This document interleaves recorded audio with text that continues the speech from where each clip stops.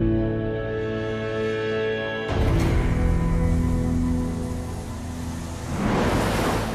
côte pacifique des États-Unis est l'ultime frontière du Far West.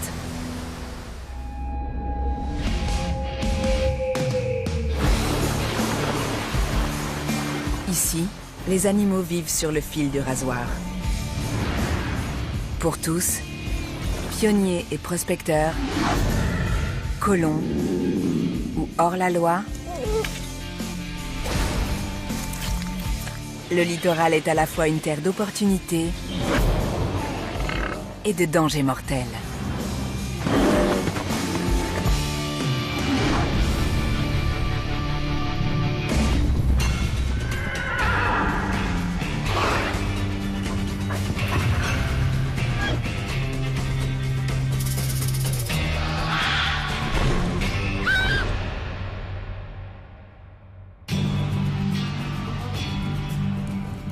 La Californie est une terre promise qui a toujours attiré les aventuriers.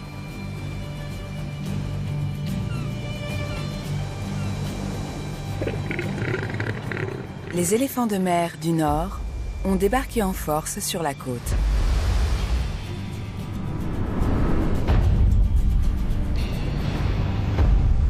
Et ils ont fondé sur cette plage une ville frontière. Ici, ce sont les brutes qui font la loi.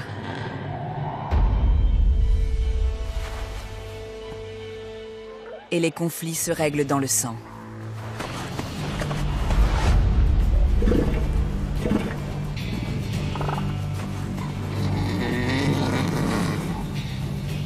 Voici le mâle alpha de la colonie.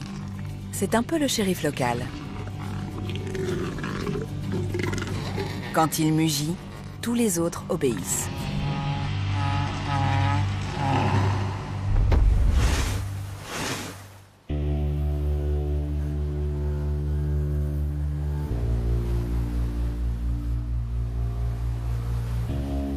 Ce n'est pas vraiment un endroit pour les dames, mais elles sont là. Le mâle alpha compte s'accoupler avec chacune d'elles, et il n'envisage pas de partager son harem.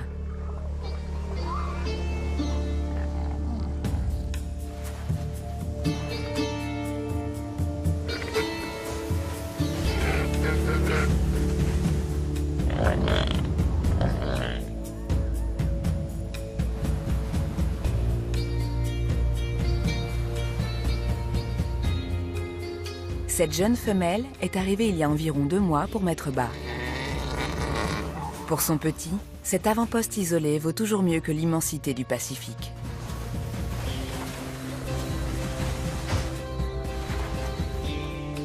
Elle l'a allaité pendant 4 semaines. Et le bébé a déjà pris une centaine de kilos. Sa mère, en contrepartie, en a perdu près de 200. Elle n'a rien mangé depuis son arrivée. À présent, son petit est assez grand pour se débrouiller tout seul. Elle veut partir. Elle doit retourner dans l'océan pour se nourrir.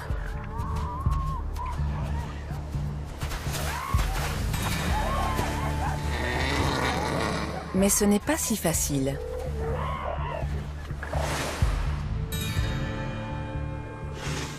Un groupe de jeunes mâles fait barrage. Ils sont prêts à tout pour parvenir à s'accoupler.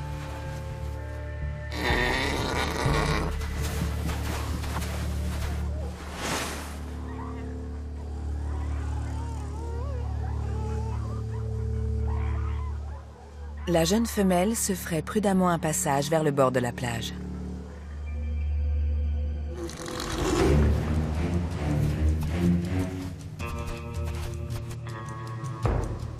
Mais elle ne va pas bien loin. Un malabar tente de profiter de la situation. Le mâle dominant ne l'entend pas de cette oreille. Il pèse près de 2 tonnes et mesure plus de 4 mètres.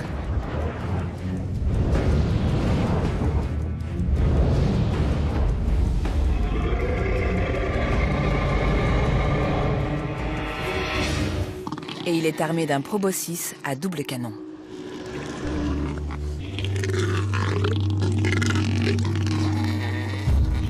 Cette sorte de trompe fonctionne comme un mégaphone et amplifie ses grognements.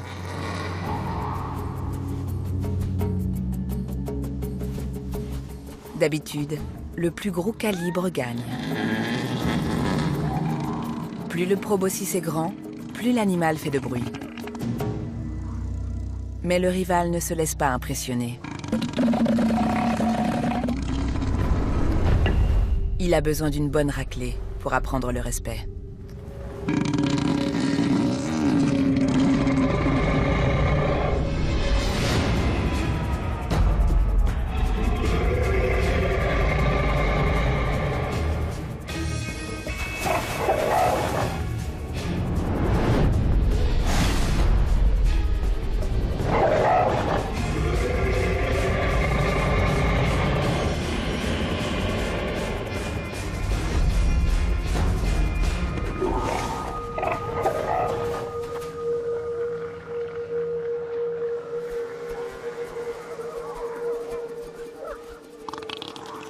Le champion est un trop gros morceau pour le jeune effronté.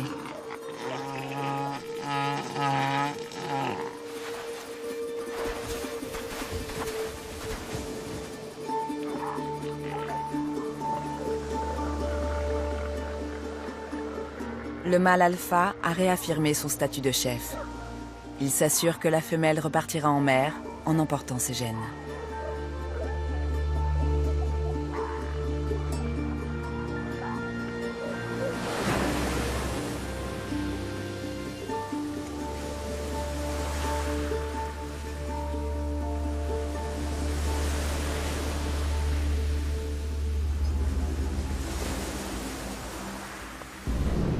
Elle reviendra l'année prochaine dans cette même ville frontière pour mettre bas.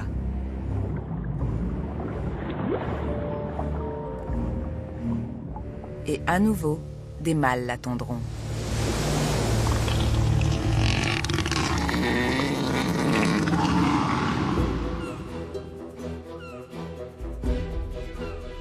Les éléphants de mer ne sont pas les seuls vagabonds des océans venus tenter leur chance dans ce Far West côtier.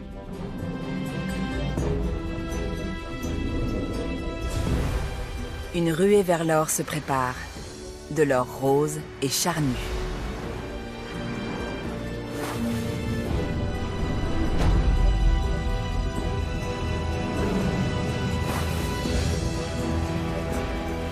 Au sud-est de l'Alaska, des centaines de milliers de saumons roses du Pacifique remontent le cours des rivières pour aller frayer.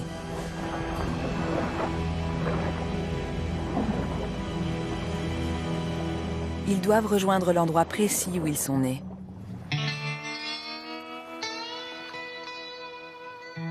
L'une des plus grandes migrations de cette espèce de saumon a lieu à Annan Creek.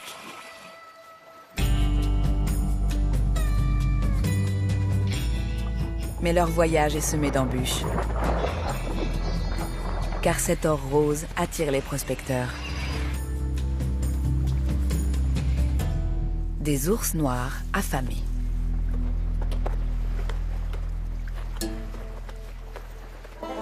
En général, ils chassent en solitaire. Mais ce n'est pas le cas ici.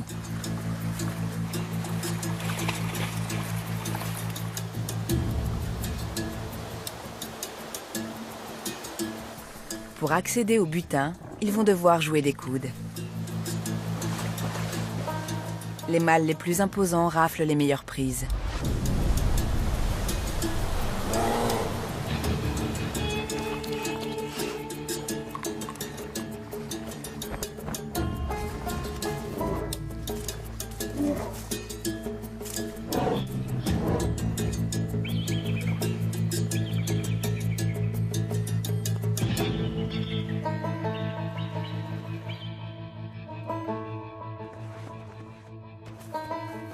Ce jeune n'a rien à faire dans cet endroit sans foi ni loi.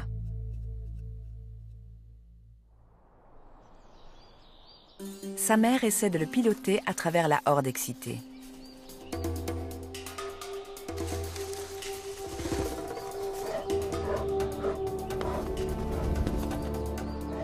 Il va devoir prendre plus de 10 kilos en 2 mois s'il veut survivre à l'hiver.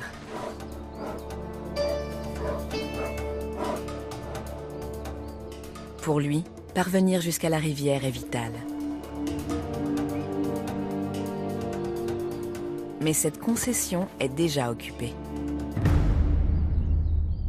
Un grand mâle se tient entre la petite famille et les saumons.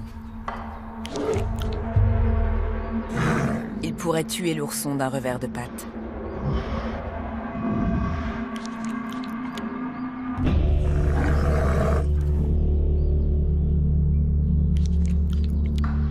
La mère le défie du regard. L'autre ne bouge pas d'un cil. Alors elle tente le passage en force.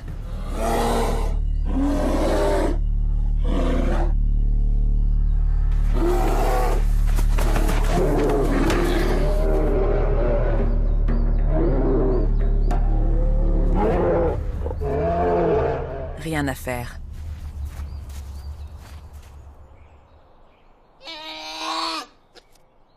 Elle n'a plus qu'à conduire son ourson vers une concession moins prolifique en amont.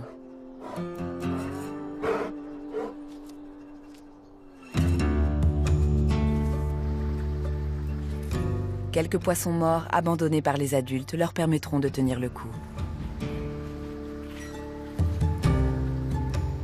Et pour la sécurité du petit, ils sont peut-être mieux un peu à l'écart.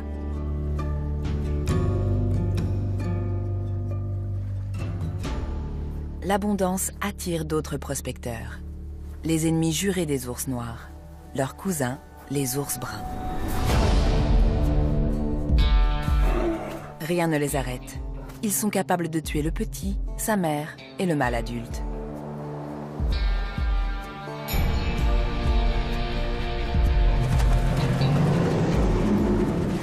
Dans la région, ce sont eux qui font la loi.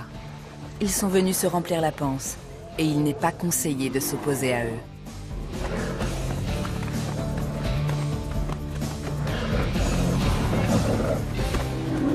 Les concurrents qu'ils croisent sur leur passage sont vite délogés.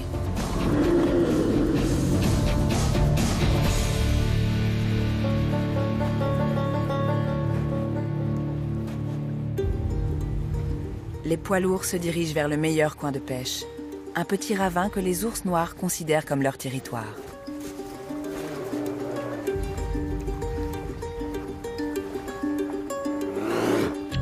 Les saumons qui remontent vers leur site de reproduction vont devoir affronter encore plus de gueules ouvertes.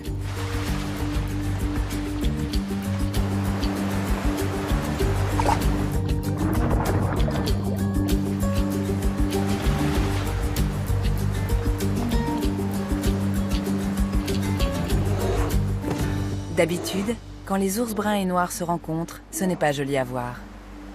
Face à un ours brun juvénile, même un ours noir adulte ne fait pas le poids. Mais durant la ruée vers l'or rose, les deux gangs de prospecteurs observent une trêve fragile. C'est peut-être le seul endroit au monde où des ours bruns et des ours noirs mangent ensemble.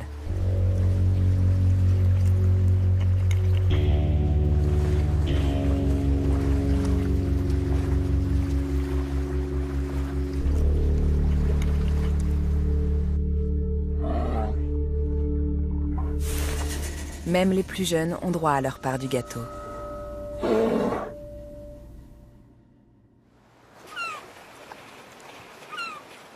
En aval, une mère montre à ses oursons comment extraire l'or rose. La manœuvre est simple et elle compte exploiter le filon jusqu'au bout.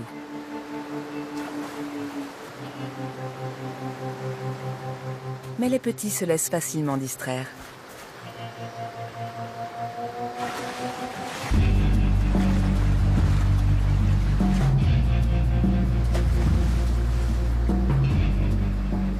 Les ours un peu plus âgés ne savent plus où donner de la tête. Ils en profitent pour s'entraîner à différentes techniques d'orpaillage.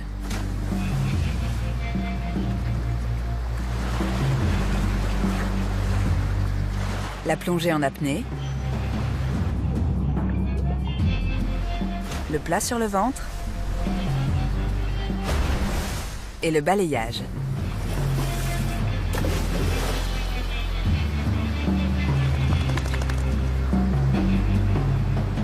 Les occasions ne manquent pas. 2 fois par jour, la marée entraîne toujours plus de saumons vers l'amont.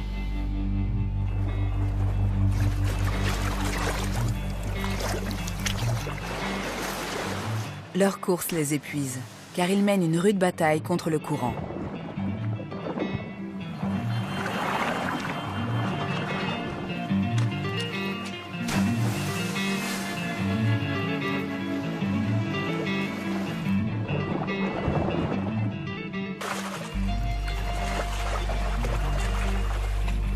Beaucoup se font happer à quelques mètres du but.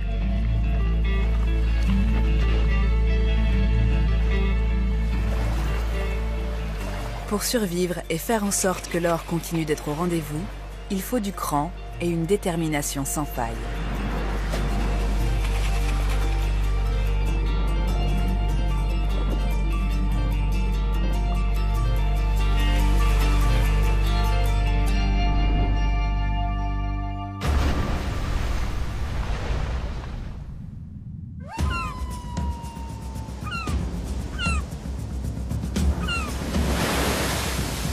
L'Ouest sauvage américain est une terre de richesse, et ces richesses attirent les chasseurs de primes. Et ils sont prêts à tout pour obtenir leur récompense.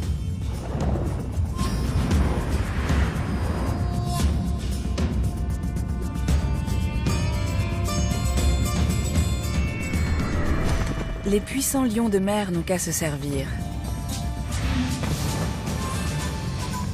Mais les mouettes, elles, parviennent à peine à grappiller quelques miettes.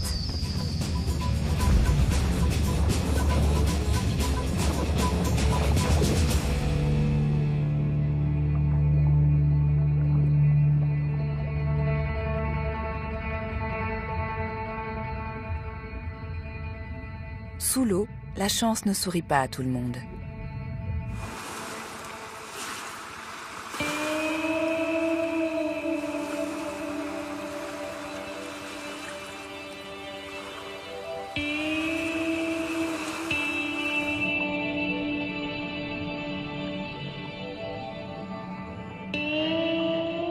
Dans un monde où les poissons se dévorent entre eux, même les morts sont recherchés.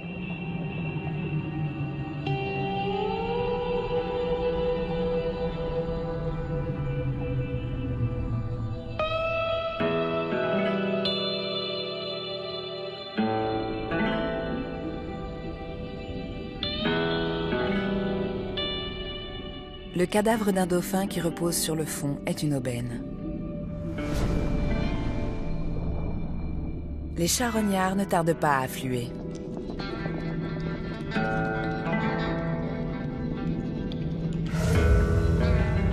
En quelques heures, les crabes rouges pullulent comme une nuée de vautours. C'est buffet à volonté. Il y a là des centaines de milliers de calories de graisse.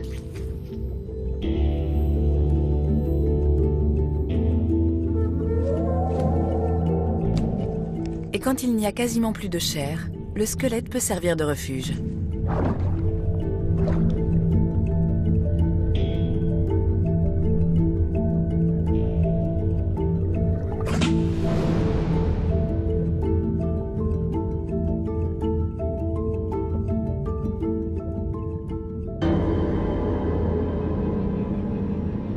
Mais ce n'est valable que pour les petits gabarits.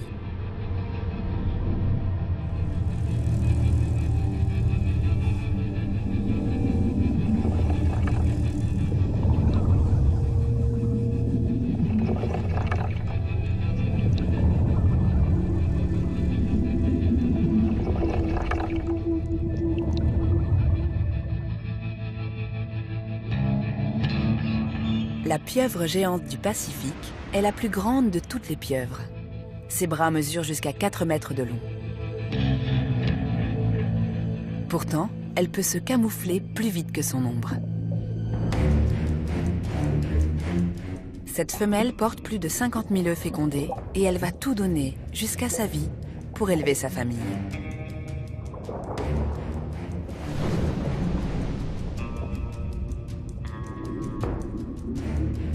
Elle se trouve en territoire exposé. Elle a besoin d'une cachette qu'elle puisse défendre.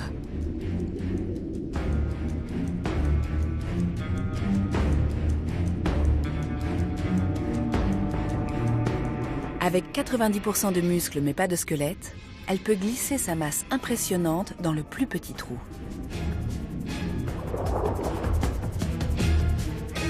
Elle se prépare à livrer bataille contre ses assaillants.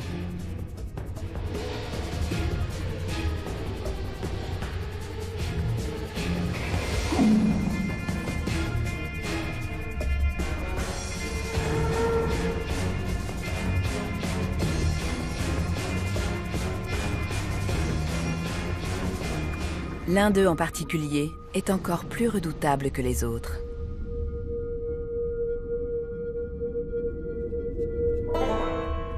Le soleil de mer.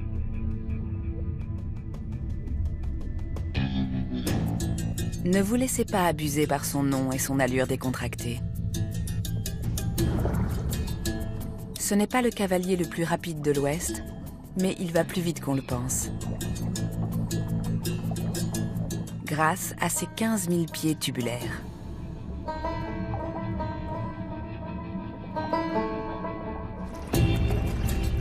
Filmés en accéléré, les soleils de mer sont impressionnants.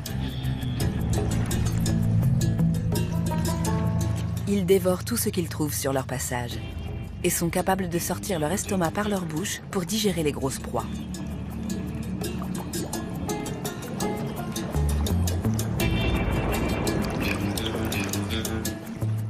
Pour le soleil de mer, 50 000 œufs de pieuvre, c'est une occasion à ne pas laisser passer.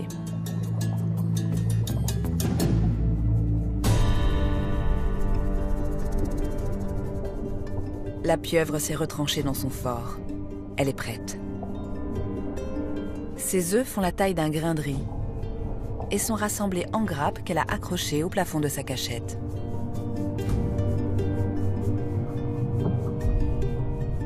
L'incubation dure 6 mois. Elle expulse de l'eau par son siphon pour aérer ses petits et évacuer les parasites.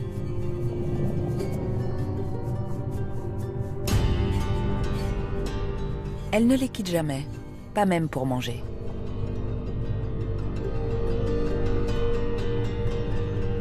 Ses couleurs pâlissent peu à peu. Elle perd la moitié de son poids.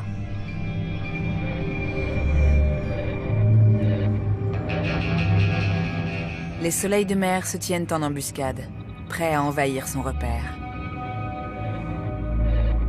Elle doit trouver la force de défendre sa progéniture.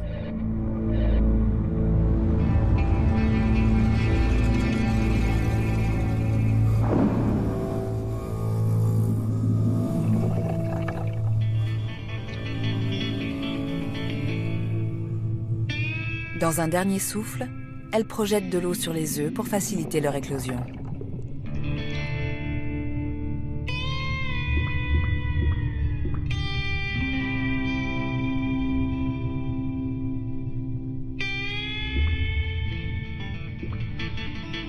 Puis, après avoir fait le maximum pour sa descendance, elle se sacrifie.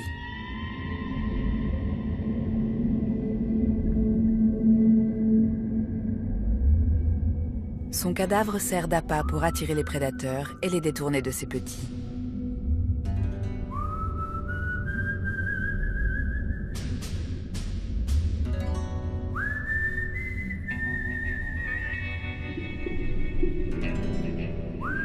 Ces derniers ont bien besoin d'aide.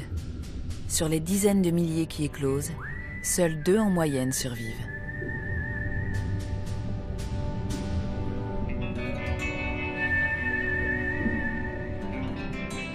Deux minuscules bébés pieuvres perdus dans l'immensité de l'océan.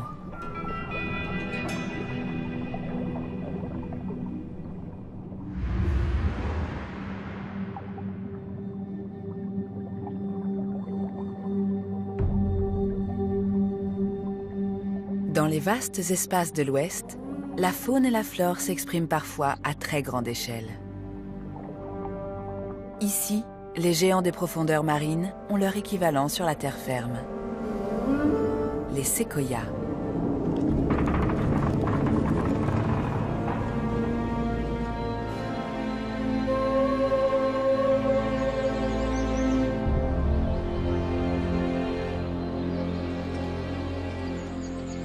Ces arbres sont les plus grands du monde. Ils culminent à plus de 110 mètres de hauteur et atteignent 20 mètres de circonférence.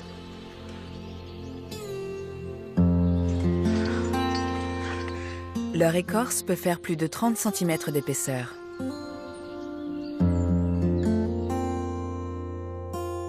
Le plus vieux d'entre eux était une jeune pousse à l'époque où Jules César régnait sur Rome.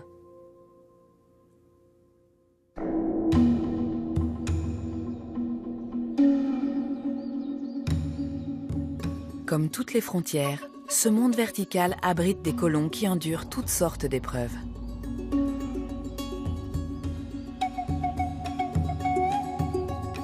Une chouette tachetée mâle tente d'élever ses petits toute seule.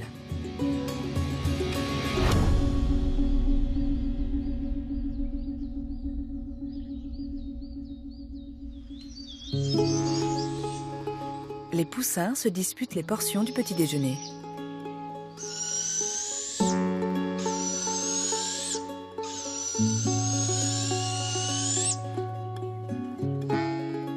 Le plus bruyant l'emporte.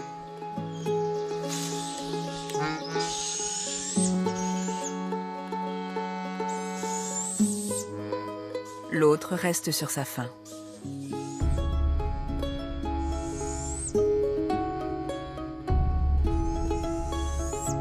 Leur père devra chasser suffisamment s'il veut que les deux frères survivent.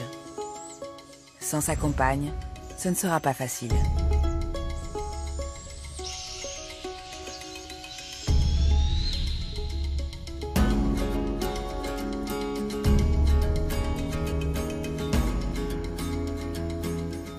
Les oisillons réclament à manger.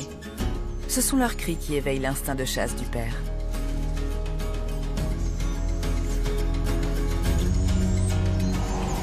Il doit attraper une quinzaine de souris par jour pour nourrir sa petite famille.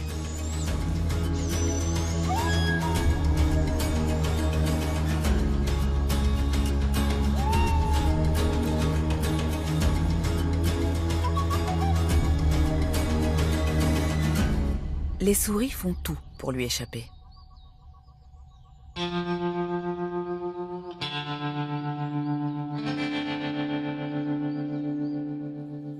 La souris sylvestre se cache facilement grâce à son pelage foncé. Et elle possède de grandes oreilles qui l'alertent au moindre danger.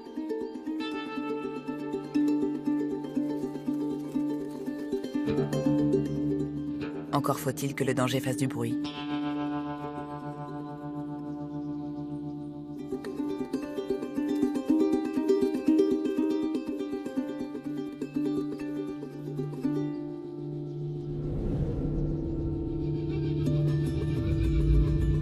Les plumes des ailes de la chouette sont si légères qu'elles sont translucides.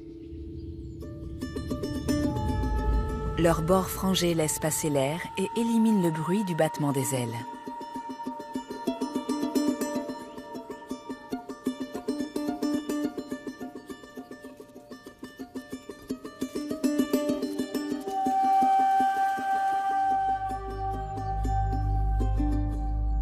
L'oiseau fond sur sa proie dans un silence mortel.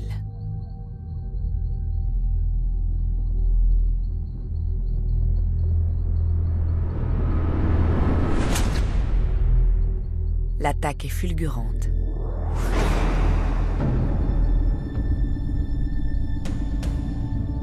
La souris n'a rien vu venir. Les cerfs l'ont saisie au vol.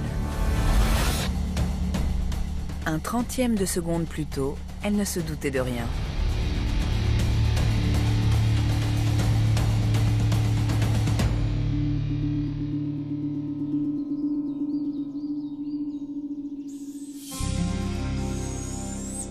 Finalement, la deuxième petite chouette aura assez à manger. La famille du colon subsistera un jour de plus.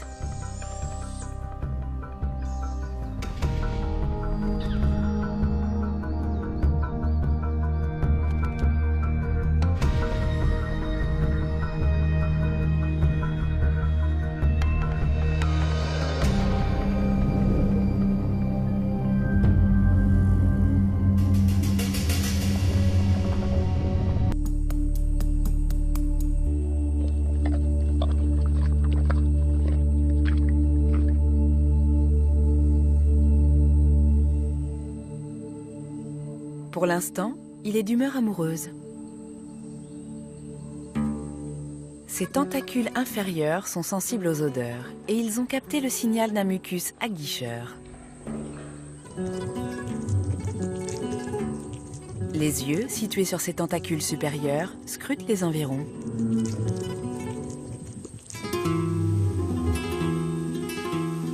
Roméo est trop loin pour savoir si c'est un mâle ou une femelle. Mais ça n'a pas d'importance. Les limaces bananes sont hermaphrodites.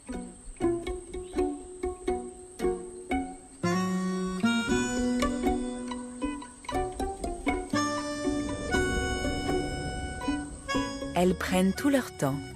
L'accouplement peut durer près de 12 heures.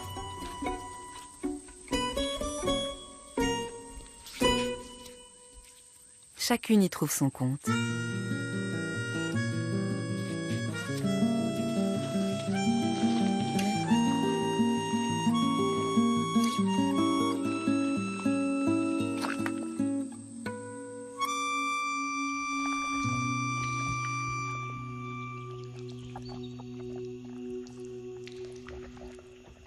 Roméo a beau être hermaphrodite, il fait comme la plupart des mâles une fois leur affaire terminée. Il trace la route. Encore une victime de la loi impitoyable du Far West.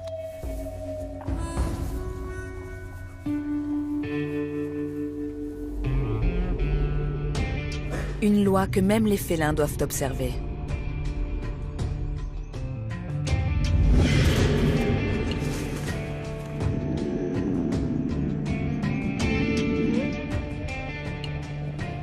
Quelle que soit leur taille.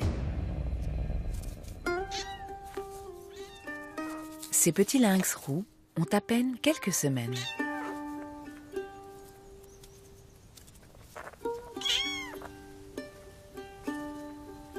Ils explorent le monde et se bagarrent entre eux pour développer leurs muscles et leur système nerveux. Ils en auront besoin pour devenir de bons chasseurs, comme leur mère. C'est une tueuse solitaire en maraude. Sa queue est étonnamment courte.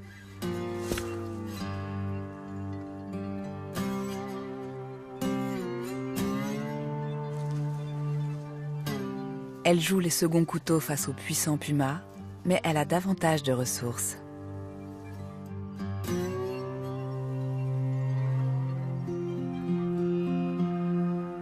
On l'appelle le coyote des félins. Elle mange presque tout ce qu'elle parvient à attraper.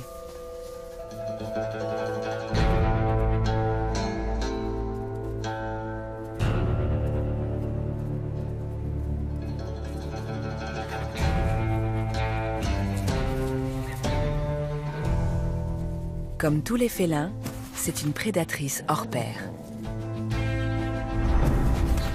Mais elle poursuit rarement sa victime.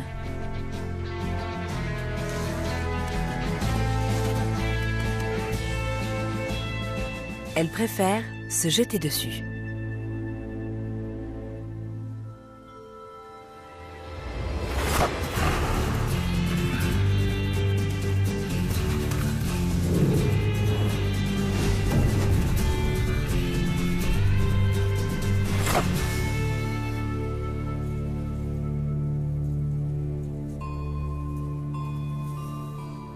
Si elle veut nourrir ses petits, chaque bond doit compter.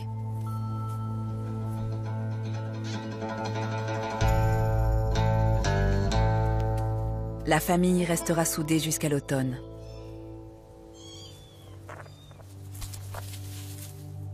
Les petits prendront alors leur indépendance et partiront à la conquête de l'Ouest.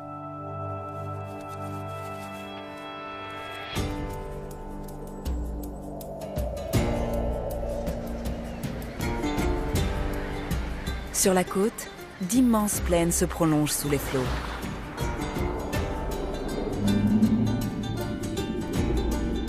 Dans les vastes espaces du fond marin, les propriétaires ont fort à faire pour lutter contre ceux qui veulent leur voler leurs concessions. La blennie du Pacifique défend sa parcelle avec acharnement.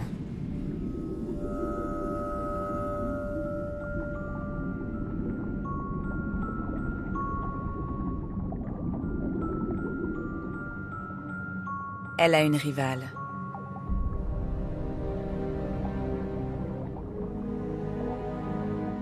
C'est règlement de compte à hockey choral pour une histoire de territoire.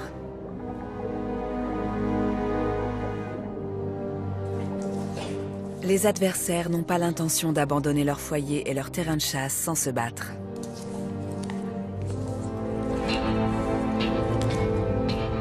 L'océan n'est pas assez grand pour ces deux-là.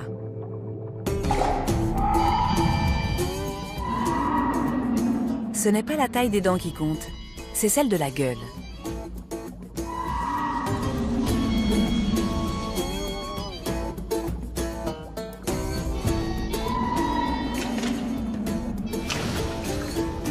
L'issue du combat demeure incertaine jusqu'à ce que l'un des boxeurs trouve une ouverture.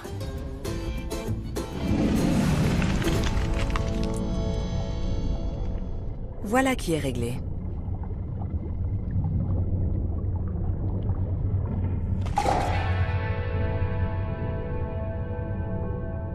Le vainqueur se retire dans son repère. Le vaincu s'éloigne dans l'obscurité.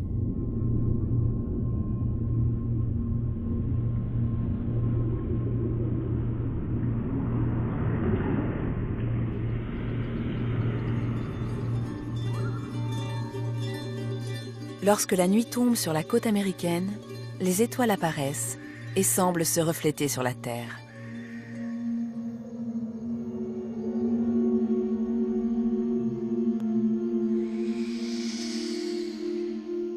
Ces mille-pattes bioluminescents sont très difficiles à filmer dans leur milieu naturel.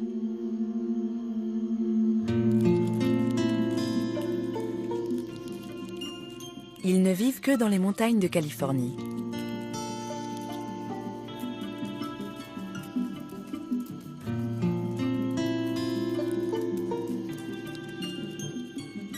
Ce sont les substances chimiques de leur exosquelette qui émettent de la lumière.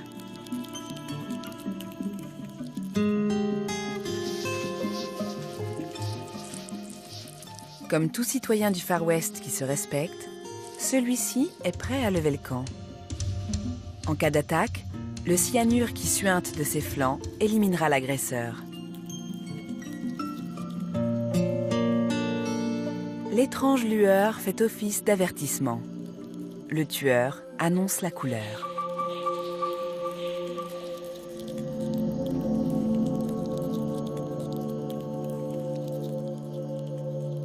Il passe la journée sous terre et émerge au crépuscule pour chercher à manger et s'accoupler.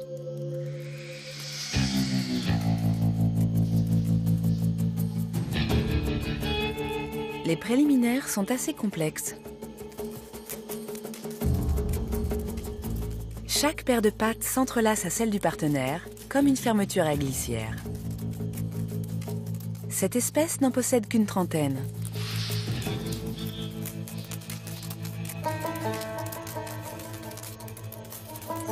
Mais le mâle a 2 pénis.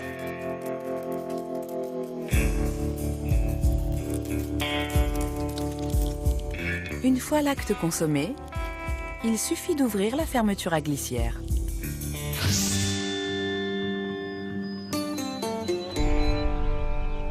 Le soleil levant éclaire un petit coin de paradis.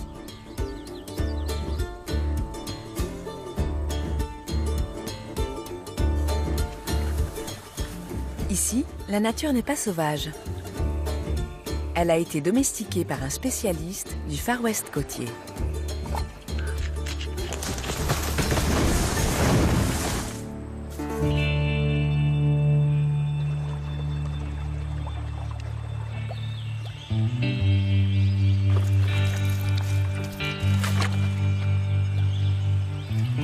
Le castor est un pionnier doué d'un grand sens pratique.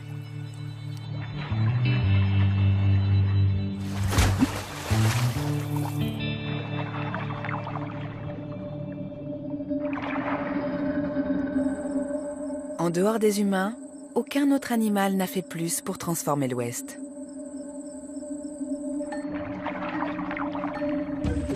Ce gros rongeur peut peser jusqu'à 20 kilos. Assez pour s'attaquer au paysage de la frontière et en sortir vainqueur.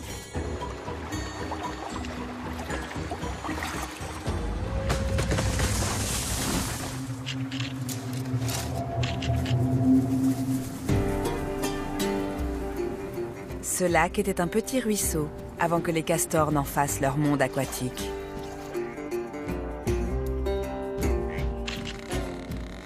Comme les ouvriers et les ingénieurs qui ont bâti l'Ouest américain, ils ont trouvé une terre vierge et l'ont façonnée à leur gré.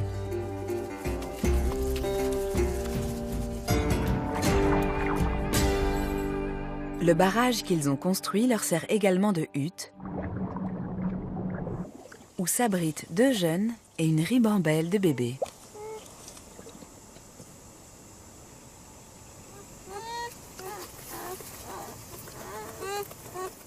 Leurs parents resteront sans doute ensemble toute leur vie. Les bébés n'ont que 2 mois, mais ils se régalent déjà de brindilles.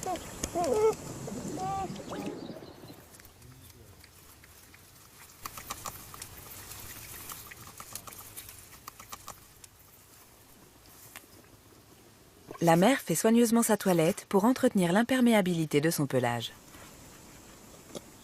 Sage précaution, car des difficultés se profilent à l'horizon.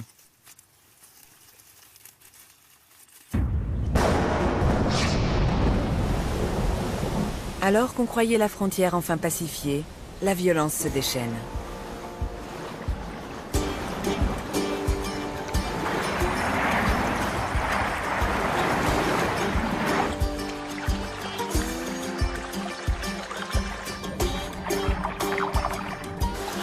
Quand les castors entendent le bruit de l'eau en furie, ils n'ont qu'une idée, lui barrer le passage.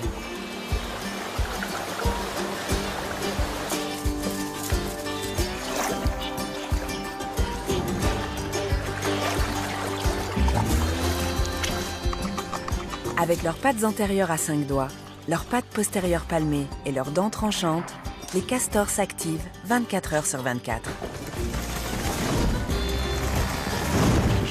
Mais même un bûcheron expérimenté ne sait pas toujours de quel côté va tomber l'arbre.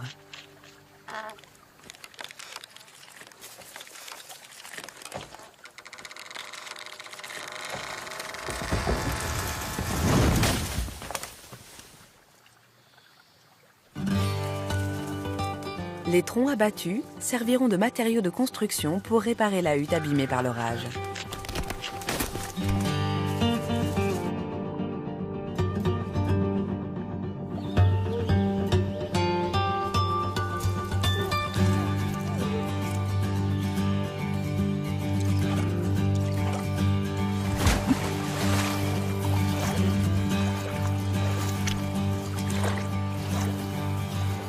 Ces castors industrieux incarnent l'esprit et le travail acharné qui ont permis de conquérir l'Ouest américain. Mais tous les habitants du littoral sont déterminés à réussir. Prospecteurs et colons. Chasseurs solitaires et ennemis jurés. Pour tous, l'Ouest demeure la terre de tous les possibles.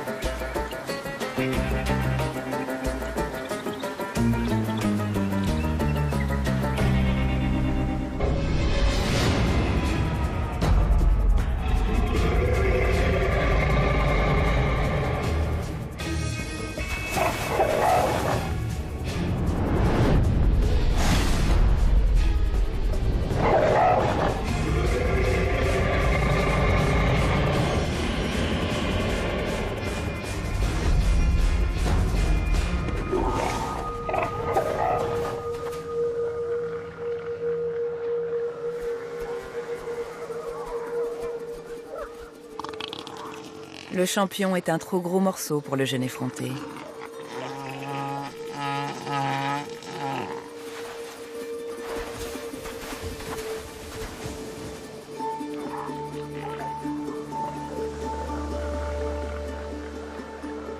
Le mâle alpha a réaffirmé son statut de chef. Il s'assure que la femelle repartira en mer en emportant ses gènes.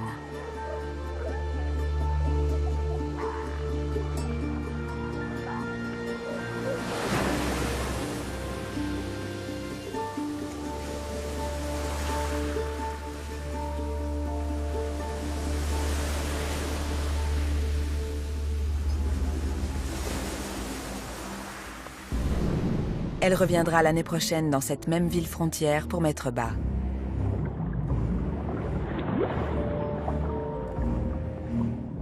Et à nouveau, des mâles l'attendront.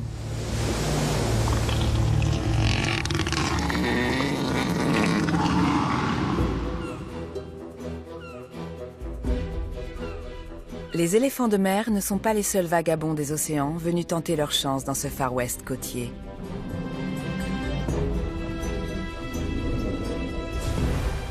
Une ruée vers l'or se prépare, de l'or rose et charnu.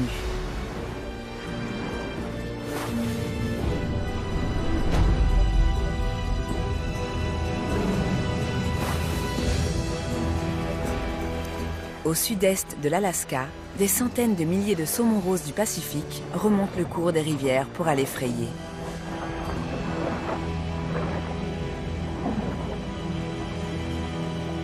Ils doivent rejoindre l'endroit précis où ils sont nés.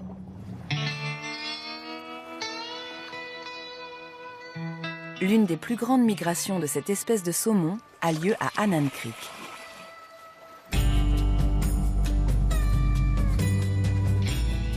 Mais leur voyage est semé d'embûches. Car cet or rose attire les prospecteurs. Des ours noirs affamés. Ours noirs, leurs cousins, les ours bruns. Rien ne les arrête. Ils sont capables de tuer le petit, sa mère et le mâle adulte.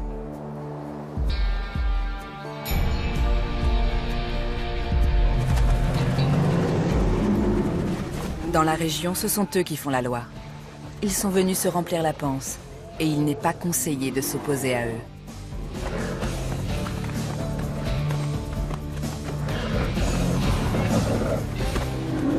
Les concurrents qu'ils croisent sur leur passage sont vite délogés.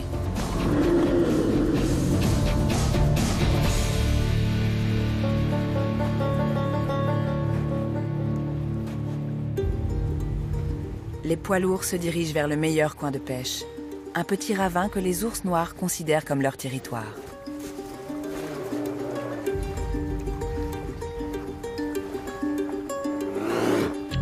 Les saumons qui remontent vers leur site de reproduction vont devoir affronter encore plus de gueules ouvertes.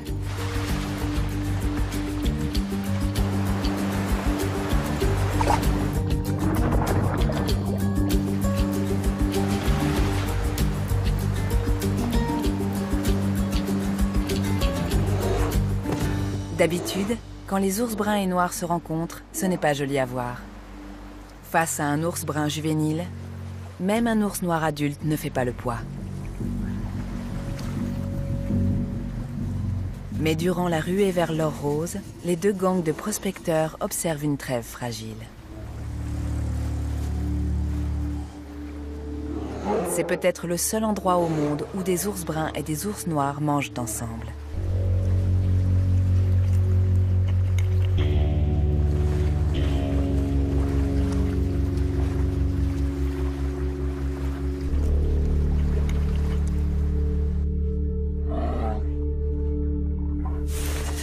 Même les plus jeunes ont droit à leur part du gâteau.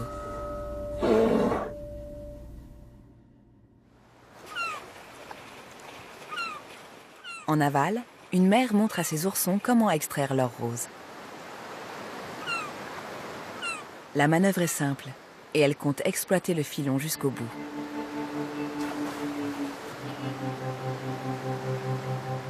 Mais les petits se laissent facilement distraire.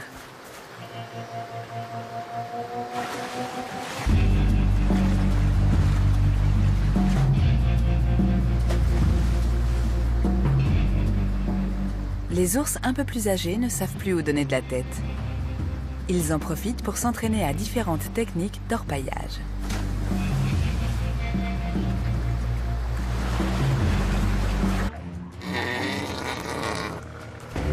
Un malabar tente de profiter de la situation. Le mâle dominant ne l'entend pas de cette oreille. Il pèse près de 2 tonnes et mesure plus de 4 mètres.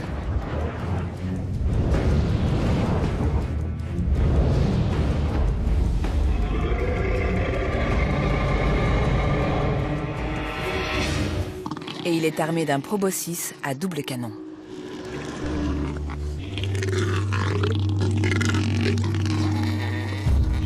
Cette sorte de trompe fonctionne comme un mégaphone et amplifie ses grognements.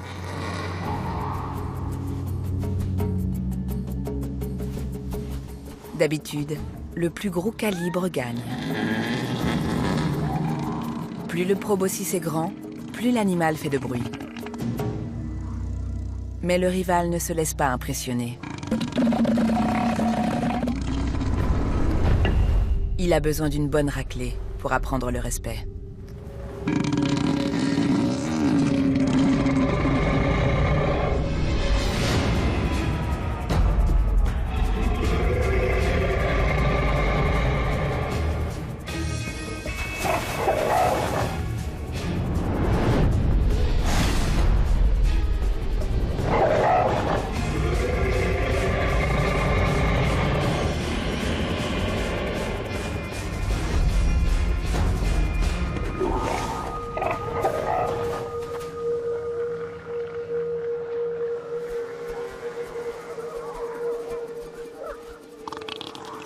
Le champion est un trop gros morceau pour le jeune effronté.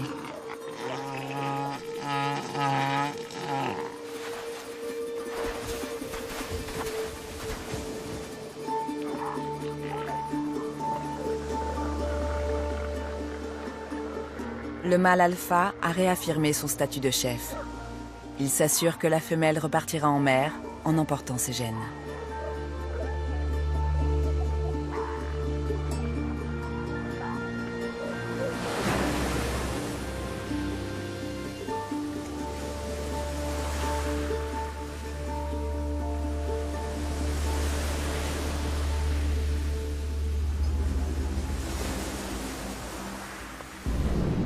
Elle reviendra l'année prochaine dans cette même ville frontière pour mettre bas.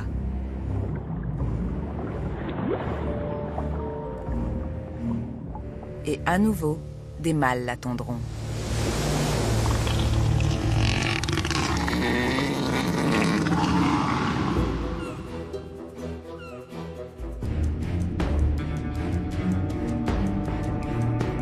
Avec 90% de muscles mais pas de squelette, elle peut glisser sa masse impressionnante dans le plus petit trou.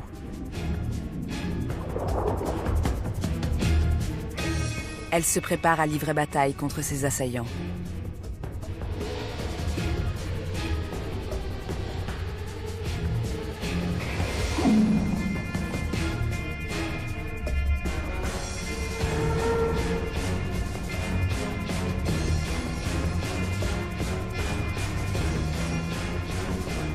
L'un d'eux en particulier est encore plus redoutable que les autres.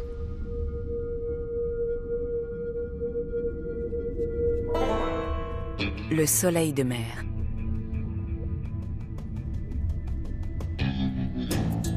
Ne vous laissez pas abuser par son nom et son allure décontractée. Ce n'est pas le cavalier le plus rapide de l'Ouest, mais il va plus vite qu'on le pense.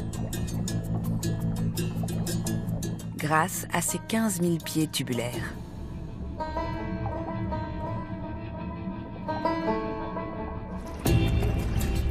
Filmés en accéléré, les soleils de mer sont impressionnants. Ils dévorent tout ce qu'ils trouvent sur leur passage et sont capables de sortir leur estomac par leur bouche pour digérer les grosses proies.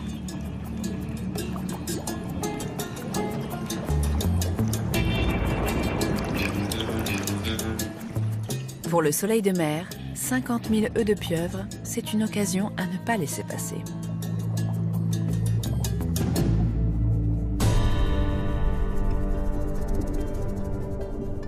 La pieuvre s'est retranchée dans son fort. Elle est prête. Ses œufs font la taille d'un grain de riz et sont rassemblés en grappes qu'elle a accrochées au plafond de sa cachette.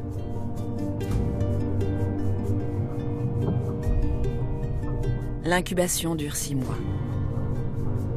Elle expulse de l'eau par son siphon pour aérer ses petits et évacuer les parasites.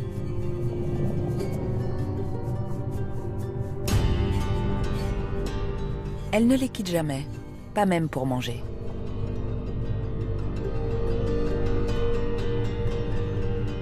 Ses couleurs pâlissent peu à peu. Elle perd la moitié de son poids.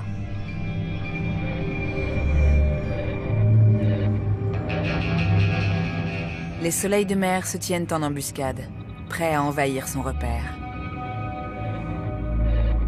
Elle doit trouver la force de défendre sa progéniture.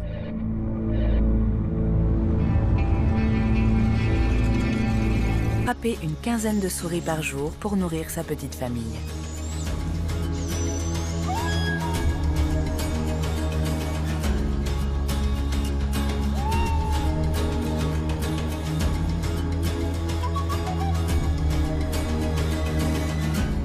Les souris font tout pour lui échapper.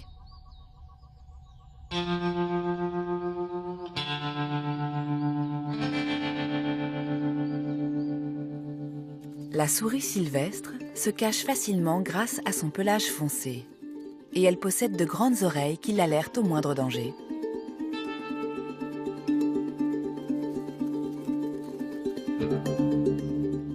Encore faut-il que le danger fasse du bruit.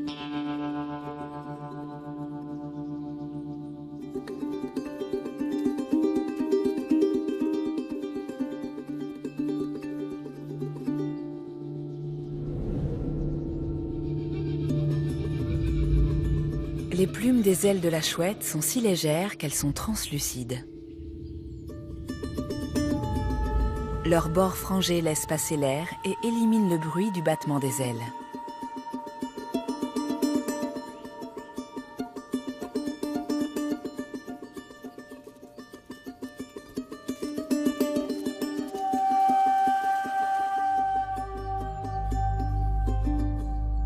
L'oiseau fond sur sa proie dans un silence mortel.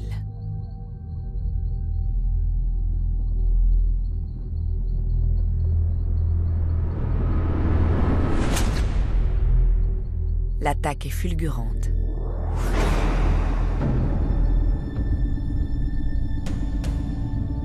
La souris n'a rien vu venir. Les cerfs l'ont saisie au vol.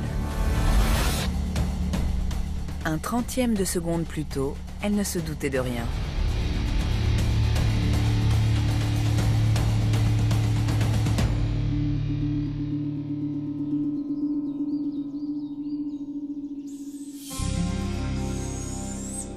Finalement, la deuxième petite chouette aura assez à manger. La famille du colon subsistera un jour de plus.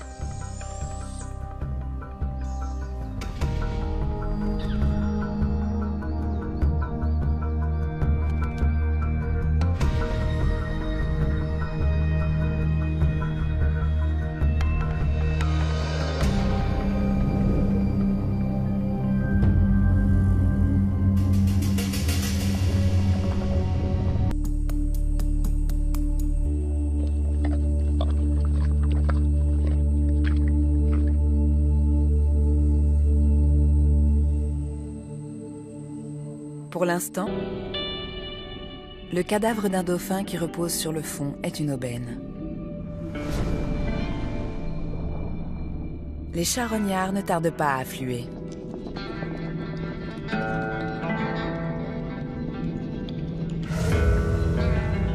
En quelques heures, les crabes rouges pullulent comme une nuée de vautours. C'est buffet à volonté.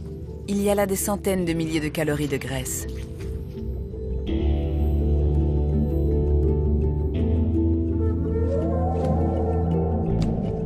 Et quand il n'y a quasiment plus de chair, le squelette peut servir de refuge.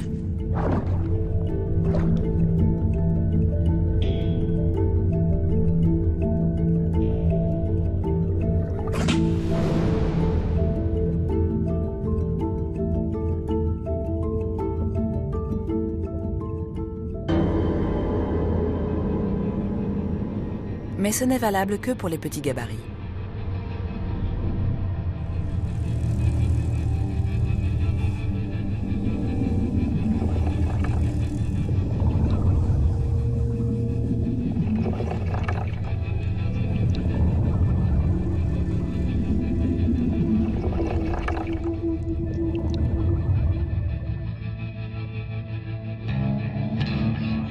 La pieuvre géante du Pacifique est la plus grande de toutes les pieuvres. Ses bras mesurent jusqu'à 4 mètres de long. Pourtant, elle peut se camoufler plus vite que son ombre. Cette femelle porte plus de 50 000 œufs fécondés et elle va tout donner, jusqu'à sa vie, pour élever sa famille.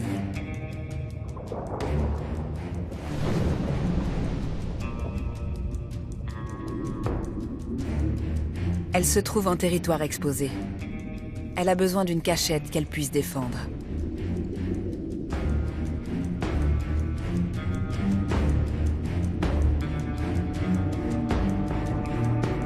Avec 90% de muscles mais pas de squelette, elle peut glisser sa masse impressionnante dans le plus petit trou.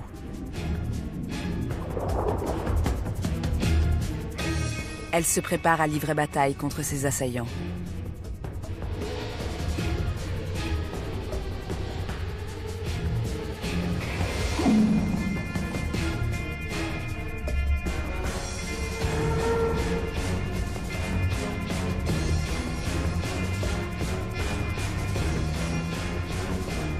L'un d'eux en particulier est encore plus redoutable que les autres.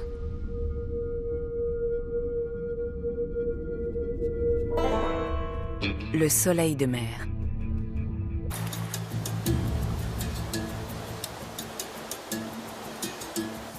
Pour accéder au butin, ils vont devoir jouer des coudes. Les mâles les plus imposants raflent les meilleures prises.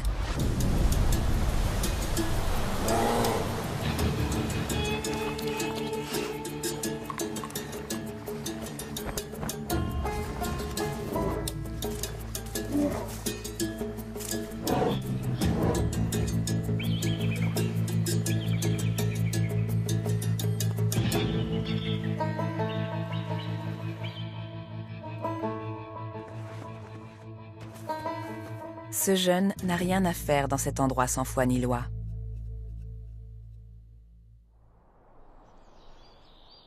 Sa mère essaie de le piloter à travers la horde excitée.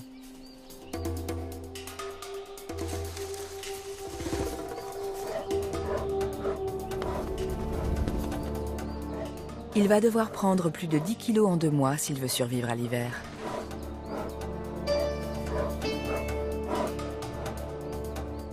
Pour lui, parvenir jusqu'à la rivière est vital. Mais cette concession est déjà occupée.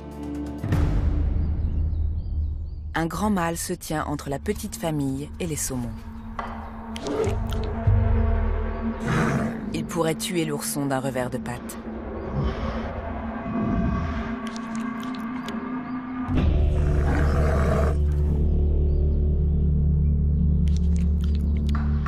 La mère le défie du regard.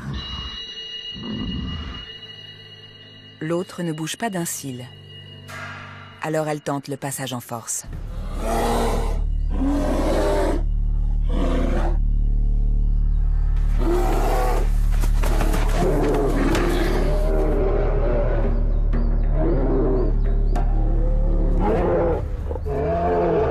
Rien à faire.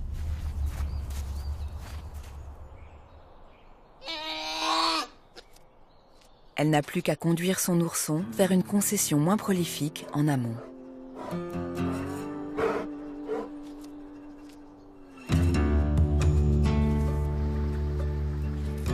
Quelques poissons morts abandonnés par les adultes leur permettront de tenir le coup. Et pour la sécurité du petit, ils sont peut-être mieux un peu à l'écart.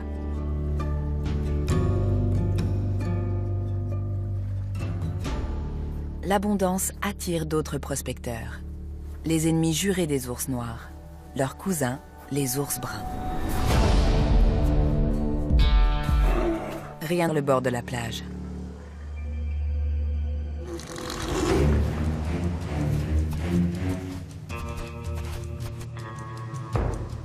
Mais elle ne va pas bien loin. Un malabar tente de profiter de la situation. Le mâle dominant ne l'entend pas de cette oreille. Il pèse près de 2 tonnes et mesure plus de 4 mètres.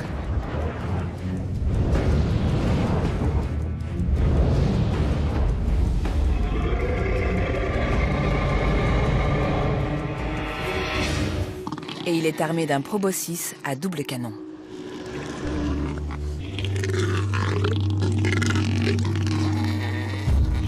Cette sorte de trompe fonctionne comme un mégaphone et amplifie ses grognements.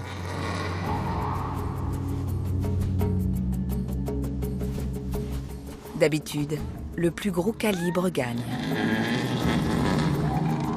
Plus le proboscis est grand, plus l'animal fait de bruit. Mais le rival ne se laisse pas impressionner.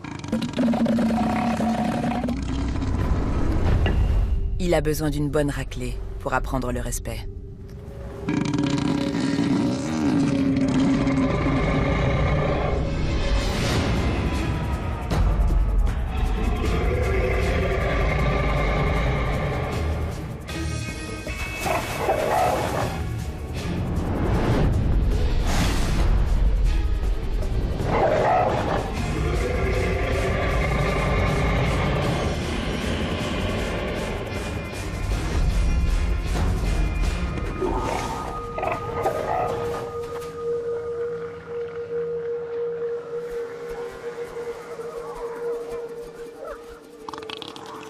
Le champion est un trop gros morceau pour le jeune effronté.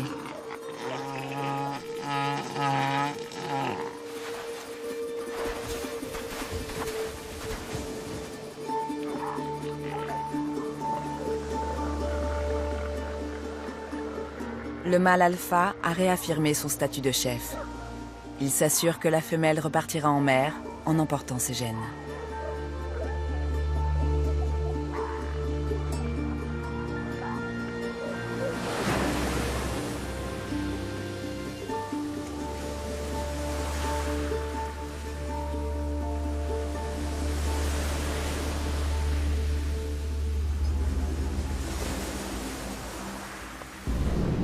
Elle reviendra l'année prochaine dans cette même ville frontière pour mettre bas.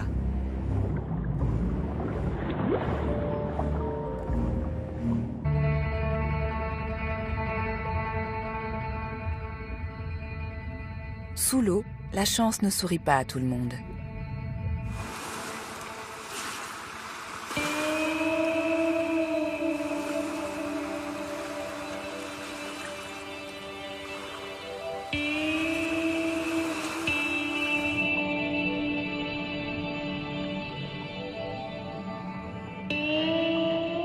Dans un monde où les poissons se dévorent entre eux, même les morts sont recherchés.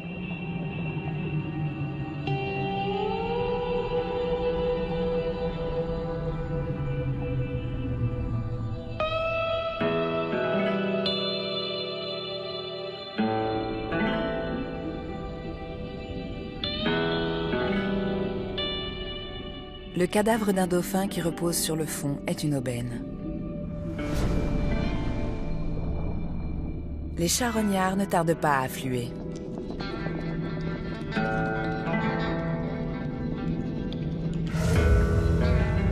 En quelques heures, les crabes rouges pullulent comme une nuée de vautours. C'est buffet à volonté. Il y a là des centaines de milliers de calories de graisse.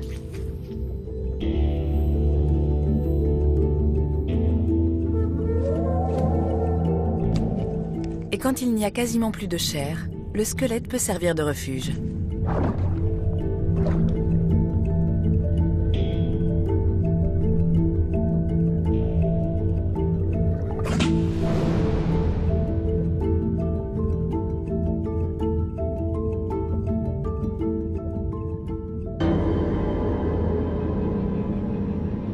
Mais ce n'est valable que pour les petits gabarits.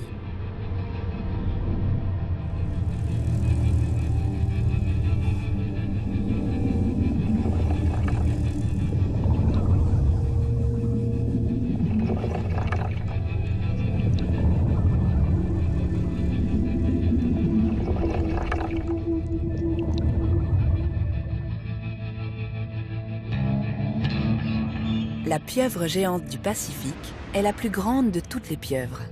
Ses bras mesurent jusqu'à 4 mètres de long.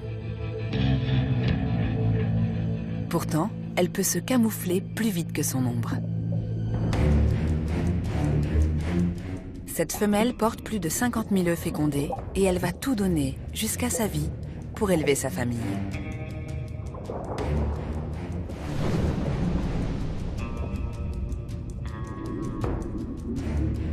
Elle se trouve en territoire exposé. Elle a besoin d'une cachette qu'elle puisse défendre.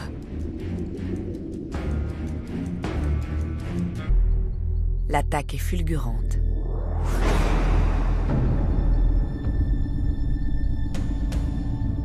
La souris n'a rien vu venir.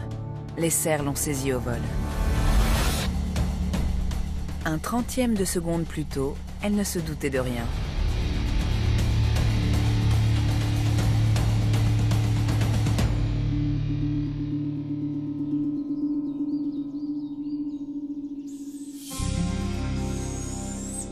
Finalement, la deuxième petite chouette aura assez à manger.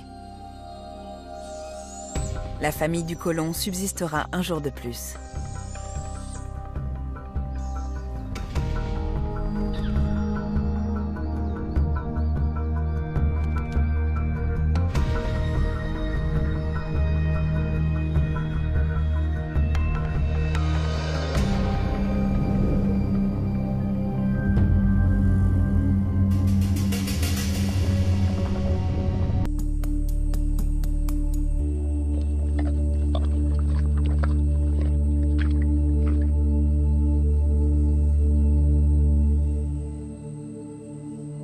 Pour l'instant, il est d'humeur amoureuse. Ses tentacules inférieurs sont sensibles aux odeurs et ils ont capté le signal d'un mucus aguicheur. Les yeux, situés sur ses tentacules supérieurs, scrutent les environs.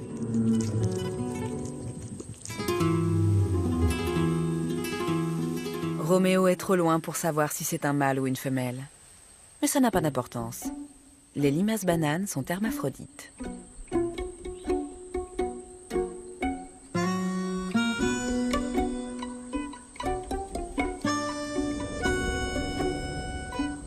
Elles prennent tout leur temps. L'accouplement peut durer près de 12 heures.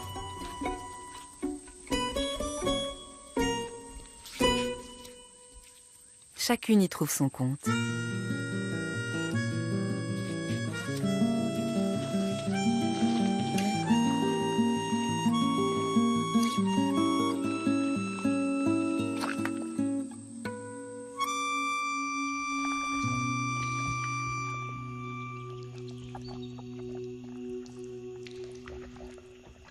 Roméo a beau être hermaphrodite, il fait comme la plupart des mâles une fois leur affaire terminée.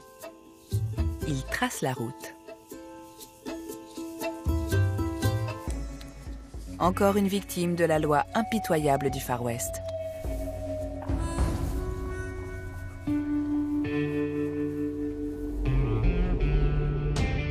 Une loi que même les félins doivent observer.